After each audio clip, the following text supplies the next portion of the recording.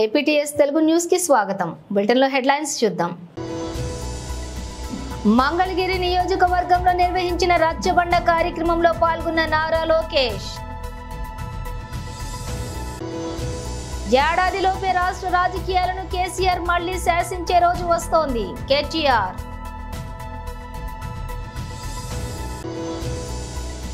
మల్కాజ్గిరి ర్యాలీలో పాల్గొన్న ముఖ్యమంత్రి రేవంత్ రెడ్డి.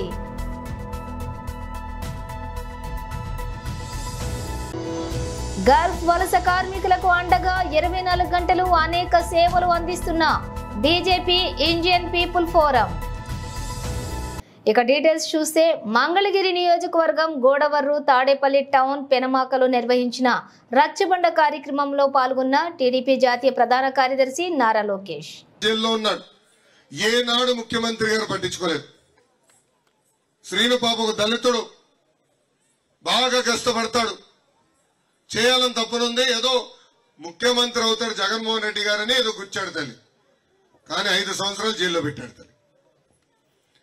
కోడి కత్తి తర్వాత బాబాయ్ శవం బయటకు వచ్చి ఇప్పుడు గులకరాయి తల్లి.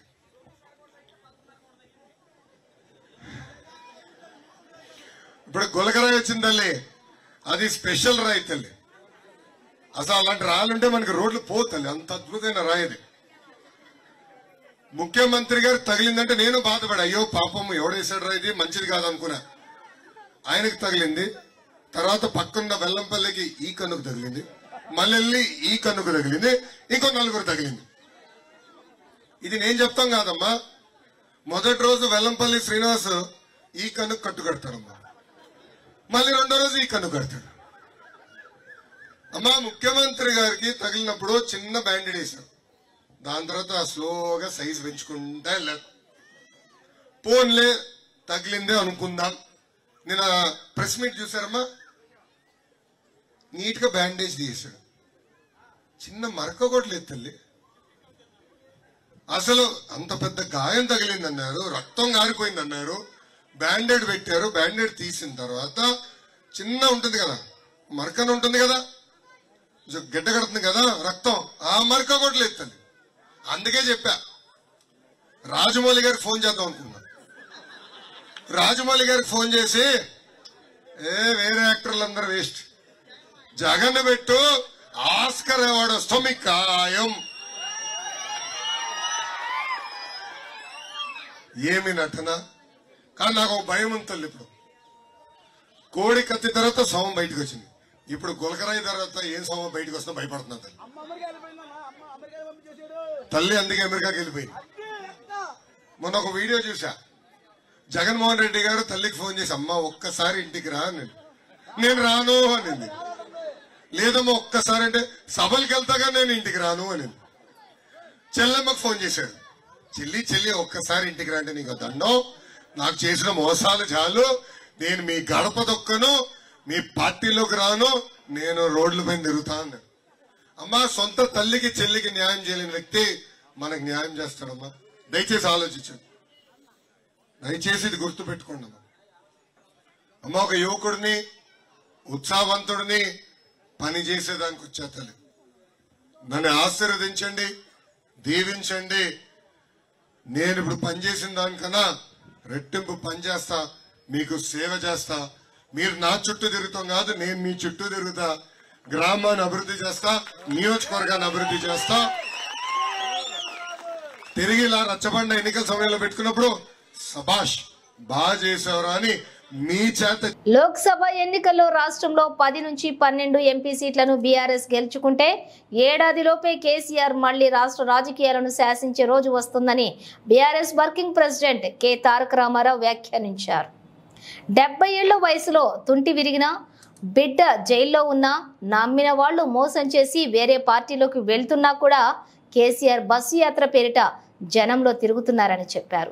తల్లి లాంటి పార్టీకి కష్టం వచ్చినప్పుడు పంచాయతీలు ఏమైనా ఉంటే పక్కన పెట్టి అండగా నిలవాలని కోరారు. హైదరాబాద్ ఉమ్మడి రాజధాని గాని కేంద్ర పాలిత ప్రాంతం గాని కాకుండా అడ్డుకునే శక్తి బీఆర్ఎస్ కు మాత్రమే ఉందని కేటీఆర్ పేర్కొన్నారు. రాజ్యాంగాన్ని మార్చకుండా అడ్డుకునే శక్తి కూడా బీఆర్ఎస్ కే ఉందన్నారు. ఈ సందర్భంగా ప్రధాని మోదీ పైన విమర్శలు గుప్పించారు. రాంగరాంగిడికి వచ్చేటప్పుడు మానకొండూరు నుండి ఆ సస్పెన్షన్ బ్రిడ్జ్ దిక్కు చూసినా, మానేరు రివర్ ఫ్రంట్ పనులు ఎంత దాకా వచ్చినాయో చూసిన. ఎక్కడేసిన గొంగలు అక్కడనే ఉన్నట్టు అట్లనే పాడైంది. నిజానికి వర్క్ చేసే సీజన్ ఇది. వర్షాకాలం లోపలనే పని పూర్తి చేయొచ్చు. గంగుల కమలాకర్ ఈరోజు ప్రభుత్వంలో ఉండింటే, మన ప్రభుత్వం ఉంటే ఈ పాటికి కరీంనగర్ ఇవాళ బ్రహ్మాండంగా అంతర్జాతీయ నగరాలతో పోటీ పడే స్థాయిలో కమలాకర్ ఎంబడబడి రివర్ ఫ్రంట్ పూర్తి చేస్తుండే. అవన్నీ చూసుకుంటా లోపల దాకా వచ్చినాక నాకు ఒకటే అనిపించింది. కమలాకర్ అన్న దగ్గర రాగానే నేను అడిగిన, అన్నా పోయినసారి అన్నావు కదా మన కార్పొరేటర్లను వాడోగొడు వీడోగొడు పోలీసు వాడు వేధిస్తున్నాడు, కేసులు పెడుతున్నారు, నాయకులను కూడా ఇబ్బందులు పెడుతున్నారు అన్నావు కదా, ఎట్లున్నది పరిస్థితి అన్నా. గట్లే ఉందన్నా, కొన్ని కోర్టు ఆర్డర్లు తెచ్చినాం కానీ ఇంకా కూడా వీళ్ళ నగరాలు కొన్ని అట్లే ఉన్నాయి, తగ్గుతలేవనే మాట చెప్పిండు. నేను మీ అందరికీ ఒకటే విజ్ఞప్తి చేస్తా ఉన్నా, ప్రజాస్వామ్యంలో ప్రజాశక్తికి మించిన శక్తి లేదు, ప్రజాశక్తికి మించిన శక్తి లేదు. నిన్నటిదాకా మీ వెనకాల మరి చాలా సున్నితంగా మృదువుగా ప్రేమగా తిరిగిన పోలీస్ అధికారులు ఇవాళ కాంగ్రెస్ గవర్నమెంట్ రాగానే తోకాడిస్తా ఉన్నారు, ఇష్టం వచ్చినట్టు వ్యవహారం చేస్తా ఉన్నారు. నాకంటే బాగా మీకే తెలుసు. మీ అందరికీ నేను ఒక చిన్న ఉపాయం చెప్తా. మొత్తం మళ్ళీ పూర్వ రోజులు రావాలి అంటే మనం చేయాల్సింది ఒకటే ఒక్క పని. రాబోయే 15 రోజులు కష్టపడి మీరు 10 నుంచి 12 ఎంపీలు మా చేతుల్లో పెట్టండి. సంవత్సరం లోపల కేసీఆర్ గారు మళ్ళీ తిరిగి రాష్ట్ర రాజకీయాన్ని శాసించే పరిస్థితి తిరిగి వస్తుంది. ఈ అధికారులందరూ మళ్ళా అనానికి దండం పెడతా, అయ్యానికి దండం పెడతా, గంగుల కమలాకరానికి చెప్పు నా గురించి అని చెప్పే పరిస్థితి మళ్ళా స్వల్ప సమయంలోనే తిరిగి వస్తుంది. ప్రజాశక్తికి మించిన శక్తి లేదు. ఓ 10-12 ఎంపీలు మనం గెలిస్తే ఆటోమేటిక్ గా మళ్ళందరూ లైన్ కడతారు. మళ్ళందరూ అమ్మో వీళ్ళు ప్రజల్లో మాత్రం గట్టిగున్నారా అయ్యా అని చెప్పి ఎక్కడోడక్కడ నిన్నటిదాకా తోకాడిచ్చినోడు కూడా సల్లబడతాడు. కాంగ్రెస్ వాడు ఫోన్ చేసి కేసు పెట్టమన్నా, బండి సంజయ్ లొల్లి పెట్టినా చల్బే చల్ అంటారు. ఎందుకంటే పట్టించుకోరు. దయచేసి ఆలోచించండి. నేను మిమ్మల్ని కోరేది ఒకటే, రాబోయే 12-13 రోజులు వినోద్ కుమార్ కోసం కష్టపడకండి, మీకోసం కష్టపడండి, మన కోసం మన పార్టీ కోసం కష్టపడండి. వాస్తవం ఏంటి అంటే మీకు కొద్దిగా నిష్ఠూరం అనిపించినా సరే, నాకు మొన్న కొద్దిగా బాధ అనిపించింది. గంగుల కమలాకర్ అన్న గత 5 ఏళ్లు మంత్రిగా బ్రహ్మాండమైన పనిచేసిండు. గల్లీకి ఫలానా గల్లీకి పనిచేయలేదన్నట్టు కాకుండా మొత్తం నగరంలోని ప్రతి డివిజన్ కు ఒకవైపు స్మార్ట్ సిటీ నిధులు, మేయర్ గారు, ఆయన, కార్పొరేటర్లు అందరూ కష్టపడి ఎక్కడికక్కడ ఒక చిన్న పని. మల్కాజ్గిరి ర్యాలీలో ముఖ్యమంత్రి రేవంత్ రెడ్డి పాల్గొన్నారు. కేసీఆర్ కారు వదిలేసి బస్ ఎక్కిండు. ఇక ఆయన బస్సు యాత్ర కూడా చూసిన నిన్నమన్న. మన సూర్యాపేట పోయిండు, మిర్యాలగూడ పోయిండు, మహబూబ్నగర్ పోయిండు, నాగర్ కర్నూలు పోయిండు, భువనగిరికి పోయిండు. ఆయన బస్సు యాత్ర చూస్తుంటే, ఆయన ఎక్కేది దిగేది చూస్తుంటే వెంకడికెవడో తిక్కలోడు తిరునాళ్ళకు పోతానంట, ఎక్కనిక దిగనికనే సరిపోయిందంట. కేసీఆర్ బస్సు యాత్ర కూడా 4 వాటి ఎక్కియాలి, 3 వాటి దించాలి. ఆయనను ఏం పని మీద పోయినో ఆయనకే తెలుస్తలేదు, నన్ను తిట్టుకుంటే తిరుగుతుండు. 10 ఏళ్ళు ముఖ్యమంత్రి ఉండి నువ్వేమన్నా చేసి ఉంటే నువ్వు చేసింది చెప్పుకో. 100 రోజుల్లోనే 5 గ్యారంటీలను అమలు చేసిన మమ్మల్ని ఇవాళ నువ్వు తిట్టుకుంటే తిరుగుతున్నావంటే నీ దివాల కోరతనం, నీ చేతగాంతనం కళ్ళకు కట్టినట్టుగా అనిపిస్తుంది. వచ్చినెంబడే ఆడబిడ్డలకు ఆర్టీసీలో బస్సు ఉచితంగా ప్రయాణం ఇచ్చినాం.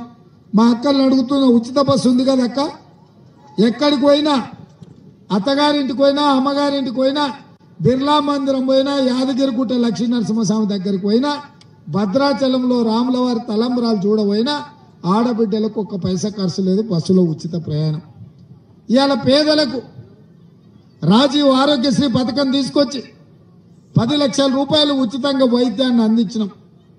ఇదే కాదు, కష్టపడ్డ పైసలన్నీ సిలిండర్ పేరు మీద దోసుకుంటుంటే 1200 రూపాయలు పెట్టి సిలిండర్ కొనలేక కట్టెలపై కష్టాలు మళ్ళీ వచ్చేటట్టుంటే ఆడబిడ్డల కష్టాలు తీర్వానికే 500 రూపాయలకే ఇవాళ ఆడబిడ్డలకు సిలిండర్ ఇచ్చి 40 లక్షల కుటుంబాల్ని రాష్ట్రంలో 100 రోజుల్లోనే ఆదుకున్న చరిత్ర మన కాంగ్రెస్ ప్రభుత్వాన్ని. ఇదే కాదు, పేదోళ్ళ ఇళ్లలో కరెంటు బిల్లు చూస్తేనే కరెంటు షాక్ కొట్టేటట్టు ఉంది.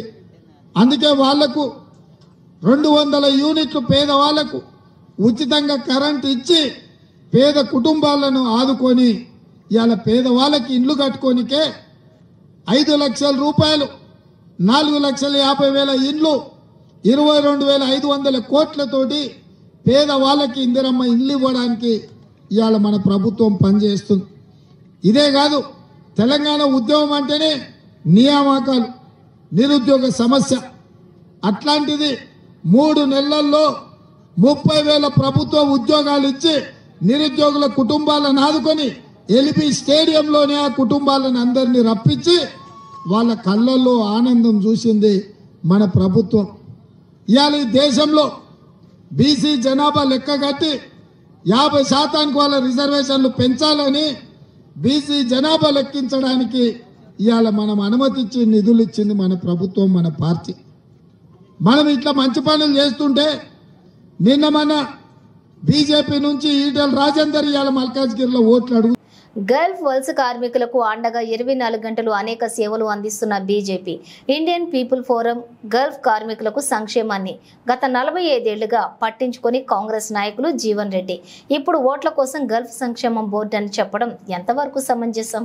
45 సంవత్సరాల రాజకీయ జీవితంలో ఏం పని చేసిరో ఒకటి చెప్పాలి జీవన్ రెడ్డి గారు. ఏమీ లేదు, గుడ్డి సున్నా. రెండోది, ఇప్పుడు గల్ఫ్ బోర్డు పెడతామంటున్నారు, నిజాం షుగర్ ఫ్యాక్టరీ తెరుస్తామంటున్నారు 17 సెప్టెంబర్ నాడు. ఈ రెండింటికి కేంద్ర ప్రభుత్వంతో పనేముందా? ఈ రెండింటికి కేంద్ర ప్రభుత్వంతో పనేమున్నది? రాష్ట్ర ప్రభుత్వం బోర్డు పెడతామంటుంది, నిజాం షుగర్ ఫ్యాక్టరీ రాష్ట్ర ప్రభుత్వం షేర్ హోల్డరు, వాళ్ళు తెలుసుకోవాలి. ఎంపీ ఎలక్షన్లలో ఓట్లాడు కూడా ఎందుకు ఈ రెండింటికి? అంటే ఎంత మభ్యపెట్టిస్తారంటే అలా ఎడారులు ఉన్నారయ్యా. భార్య పిల్లలు తల్లిదండ్రులు వదిలేసి పొట్టకుట్టు కోసం ఎడారులు ఉన్నారయ్యా. వాళ్ళతోటి కూడా మీ పనికిమాల దిక్కుమాల రాజకీయాల? ఏం జీవన్ రెడ్డి గారు 45 సంవత్సరాల నుంచి రాజకీయాలలో ఉన్నారు, ఎన్నడూ గల్ఫ్ వాళ్ళు యాదకి రాలే మీకు? గల్ఫ్ బోర్డు పెడతా అని ఇప్పుడు వస్తుర్రు. ఇండియన్ పీపుల్ ఫోరంలా జితేంద్ర గారు చెప్పినట్టు 24 మంది డాక్టర్లు 24 గంటలు ఏం ప్రాబ్లం వచ్చినా సేవ చేయడానికి సిద్ధంగా ఉంటారు. ఏ క్యాంపులో ఏం ప్రాబ్లం వచ్చినా సేవ చేయడానికి సిద్ధంగా ఉంటారు. ఇండియన్ పీపుల్ ఫోరం అంటే మన అనుబంధ సంస్థ, బీజేపీ అనుబంధ సంస్థ. 11 మంది లాయర్లు ఫ్రీగా ఎటువంటి లీగల్ ఇష్యూస్ వచ్చినా ఐపీఎఫ్ దృష్టికి వస్తే టేకప్ చేయడానికి సిద్ధంగా ఉంటారు. కోవిడ్ సమయంలో భారతదేశానికి సపోర్ట్ గా ఇండియన్ పీపుల్ ఫోరం 8 ఫ్లైట్లు నడిపింది. నిన్నగాక మొన్న వచ్చిన వరదలల్ల ఇంటింటికి రేషన్ పంపింది. ఎప్పుడు కూడా సంవత్సరం పొడవుగా 365 రోజులు ఎవరికి, ఎందుకంటే చాలా గరీబోలు వస్తారు ఆడికి, అక్కడ పని చేసుకోనికే చాలా గరీబోలు ఉంటారు. వాళ్ళకి తిండి ప్రాబ్లం ఉన్న 24 గంటలు 365 రోజులు రెడీగా ఉంటది భోజనం వాళ్ళకి ఇయనీకే. ఇది Bharatiya Janata party Indian people forum సేవా కార్యక్రమాలు ఇవి. నగరంలో పెరిగిపోతున్న వాహనాలతో ట్రాఫిక్ ఇబ్బందులు, వాయు కాలుష్యం పెరుగుతోందని పర్యావరణవేత్తలు ఆందోళన వ్యక్తం చేస్తున్న విషయం తెలిసిందే. అయితే ఈ ముప్పులతో పాటు ట్రాఫిక్ పెరగడం వల్ల మరో రిస్క్ కూడా పొంచి ఉందని తాజాగా నిర్వహించిన అధ్యయనంలో బయటపడింది. వాహనాల నుంచి వెలువడే శబ్దాలు గుండె ఆరోగ్యానికి ఎసరు పెడుతున్నాయని శాస్త్రవేత్తలు చెబుతూ ఉన్నారు. వాహనాల రోదనతో గుండెపోటు ముప్పు పెరుగుతుందని చెప్పి హెచ్చరించారు. బీపీ, రక్తనాళాల వాపు తదితర అనారోగ్యాలు కూడా మిమ్మల్ని పలకరించే ప్రమాదం కూడా ఉందన్నారు. వాహనాల శబ్దం కారణంగా రాత్రిపూట నిద్రకు దూరం కావడంతో పగటి పూట కూడా చికాకును పెంచుతుందని ఆరోగ్య నిపుణులు చెబుతున్నారు. కంటి నిండా నిద్ర లేకపోవడం వల్ల హై బీపీ వచ్చే రిస్క్ కూడా పెరుగుతుందన్నారు. ప్రతి 10 డెసిబిల్స్ మేర పెరిగే ట్రాఫిక్ ధ్వని వల్ల గుండె జబ్బులు, పక్షవాతం, మధుమేహం రిస్క్ 3.2% మేర పెరుగుతుందని వివరించారు. ఈ అనారోగ్య ముప్పులను తగ్గించేందుకు వాహనాల రద్దీ ఎక్కువగా ఉన్న చోట నాయిస్ బ్యారియర్లను ఏర్పాటు చేయాలని పరిశోధకులు సూచిస్తూ ఉన్నారు. రోడ్లు నిర్మించే సమయంలో ప్రత్యేకమైన తారును ఉపయోగిస్తే వాహనాల నుంచి వెలువడే శబ్దాలు గణనీయంగా తగ్గుతాయని, వాహనాల వేగాన్ని కూడా నియంత్రించడం, తక్కువ శబ్దాన్ని కలిగించే టైర్ల వాడకాన్ని కూడా ప్రోత్సహించడం ద్వారా ఫలితాలు రాబట్టవచ్చని వివరించారు. Car pooling, public transport, cycle వాడకాలను ప్రోత్సహించేందుకు చర్యలు తీసుకోవాలని చెబుతున్నారు. ప్రస్తుత ఐపీఎల్ సీజన్లో విరాట్ కోహ్లీ అద్భుత ఫామ్తో దూసుకుపోతున్నాడు.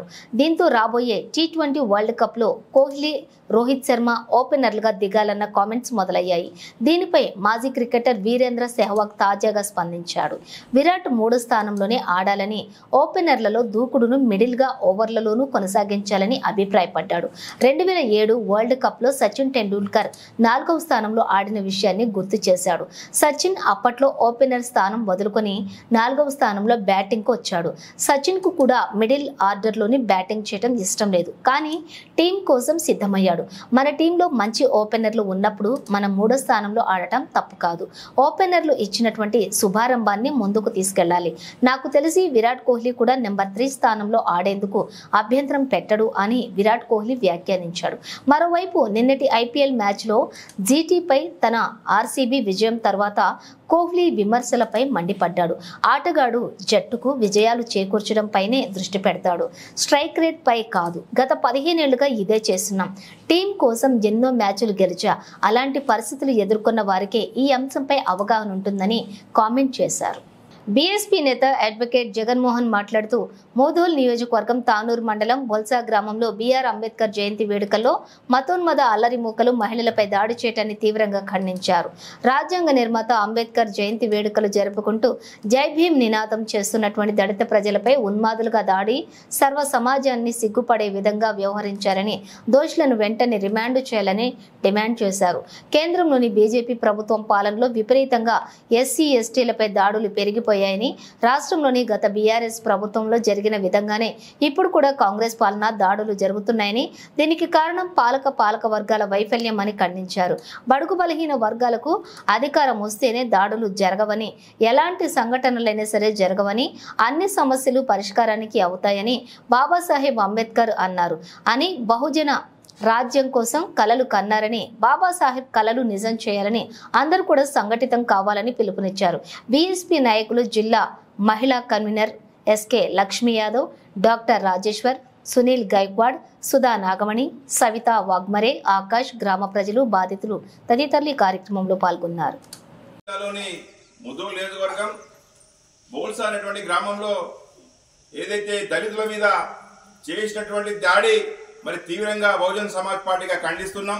ఏవైతే మరి బోల్సా గ్రామంలో డాక్టర్ బాబాసాహెబ్ అంబేద్కర్ గారి యొక్క జయంతి ఉత్సవాలు చేసుకుంటే మరి ర్యాలీలో మరి ఏవైతే అల్లరి మూకలు మరి వాళ్ళు ఏదైతే జై భీమ్ అనేటువంటి నినాదంతో మరి ఏవైతే డాక్టర్ బాబాసాహెబ్ అంబేద్కర్ గారి యొక్క ఆలోచన వర్ధిల్లాలని చెప్పేసి మరి యాత్ర చేసుకున్న క్రమంలో ఏవైతే కొంతమంది అల్లరి మూకలు ఈ గ్రామంలో ఉన్నటువంటి ఎస్సీల మీద దాడి చేయడం ఎంతవరకు సమంజసం అని అంటా ఉన్నాం. ఒక పక్కన మరి ఏవైతే ఇక్కడ ఉన్నటువంటి ప్రజలు శాంతియుత వాతావరణంలో మరి ఏవైతే పోలీస్ పర్మిషన్ తీసుకొని మరి అనుమతితోటి వాళ్ళు ర్యాలీ చేసుకుంటే మరి ఈ విధంగా జై భీమ్ అనే నినాదాన్ని మరి తుంచే విధంగా డాక్టర్ బాబాసాహెబ్ గారిని మరి అవమానపరిచే విధంగా మరి ఈ విధంగా చేయడం మరి దుర్మార్గం అని బహుజన్ సమాజ్ పార్టీగా అంటున్నాం.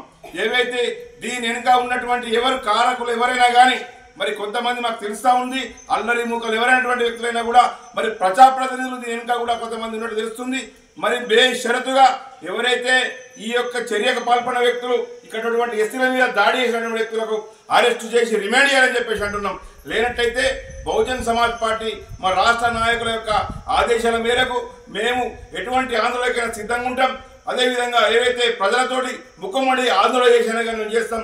ఏవైతే ఈ విధంగా చేయడం మరి ప్రజలారా మరి దయచేసి ఆలోచించండి.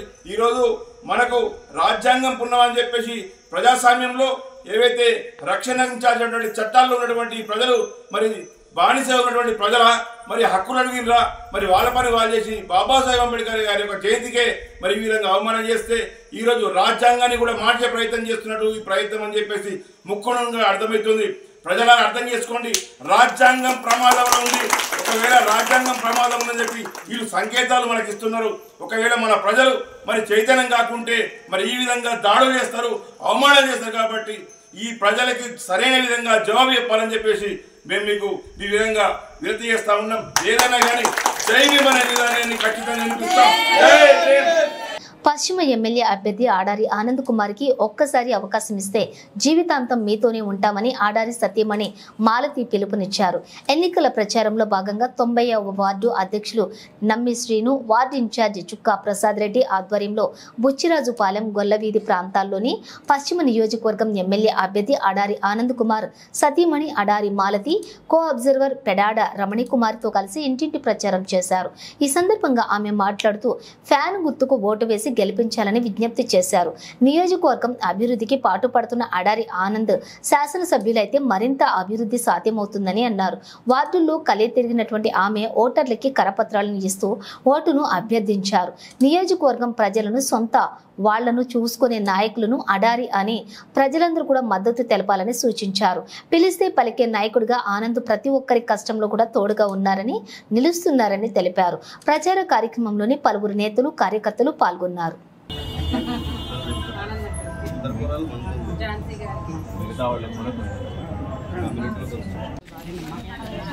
పోటీ చేస్తున్నారు. మీ అందరూ సపోర్ట్ చేయండి.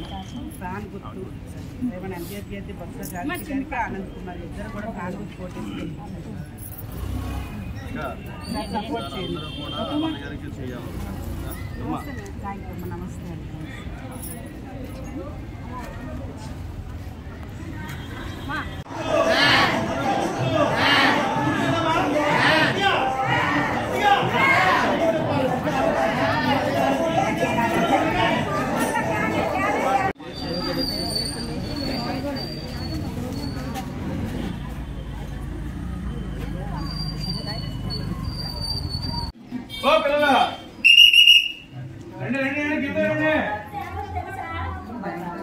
తొంభై వార్డులో ఇంటింటి ప్రచారం మొదలు పెట్టామండి. ఇక్కడ రెడ్డి వీధి, గొల్ల వీధి, గవర్ల వీధి, గాంధీ నగర్ వీధి నుంచి ఇంటింటి ప్రచారం మొదలు పెట్టాం. ఘన స్వాగతం పలుకుతున్నారు. ఎక్కడికి వెళ్ళా హారతులతో నిరాధనాలు పలుకుతున్నారు. తర్వాత ప్రభుత్వం చేసిన మంచి కార్యక్రమాలన్నీ కూడా వాళ్ళు ఏమేమి వాళ్ళు లబ్ధి పొందారు అన్నీ కూడా వాళ్ళు నోటి ద్వారా వింటున్నామండి. చాలా ఆనందంగా ఉంది. అలాగే గత ప్రభుత్వంలో వాళ్ళు ఏమీ నష్టపోయారు అన్నది కూడా వివరిస్తున్నారు. ఈసారి డెఫినెట్గా ఆనంద్ గారిని గెలిపించుకుంటామని ఎంతో ధీమాగా అందరూ వ్యక్తపరుస్తున్నారు. చాలా సంతోషంగా ఉంది. ప్రజల నుంచి ఎటువంటి రెస్పాన్స్ ఎటువంటి రెస్పాన్స్ అంటే అసలు మరి వాళ్ళు చాలా చాలా బాగా స్వాగతం పలుకుతూ మరి ఆయన కాకపోతే ఎవరిని ఆనంద్ గారిని కాకపోతే ఎవరిని గెలిపించుకుంటాం, అక్కడ జగన్ గారు గెలాలి, ఇక్కడ ఆనంద్ గారు గెలాలని వాళ్ళు ఎంతో ఆనందంగా వ్యక్తం చేస్తున్నారండి. అందరూ సపోర్ట్ చాలా బాగుంది. కుప్పం మండలం పెద్ద బంగారు నత్తం గ్రామంలో మరియు కుప్పం మున్సిపాలిటీ పరిధిలోని 11వ వార్డులో ఆదివారం ఇంటింటా ఎన్నికల ప్రచారం నిర్వహించారు. కుప్పం అసెంబ్లీ వైసీపీ అసెంబ్లీ అభ్యర్థి ఎమ్మెల్సీ కేఆర్జే భారత్ మరియు ఆయన సతీమణి దుర్గా పద్మిని. ఈ కార్యక్రమంలో Kuppam municipal chairman doctor Sudhir, Kuppam ZPTC ADS Saravana, market committee chairman Vidyasagar, ward incharge TK Prabhakar Naidu, కౌన్సిలర్లు, వైఎస్ఆర్సీపీ నాయకులు, కార్యకర్తలు పాల్గొన్నారు. బులెటిన్ ముగించే ముందు హెడ్లైన్స్ మరోసారి. మంగళగిరి నియోజకవర్గంలో నిర్వహించిన రచ్చబండ కార్యక్రమంలో పాల్గొన్న నారా లోకేష్. ఏడాదిలోపే రాష్ట్ర రాజకీయాలను కేసీఆర్ మళ్లీ శాసించే రోజు వస్తోంది, కేటీఆర్.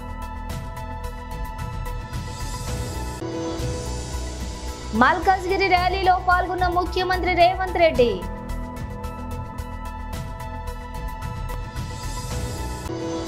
గల్ఫ్ వలస కార్మికులకు అండగా 24 గంటలు అనేక సేవలు అందిస్తున్న బీజేపీ ఇండియన్ పీపుల్ ఫోరం. ఇవి బులెటిన్ విశేషాలు. మరో బులెటిన్తో మళ్ళీ కలుద్దాం.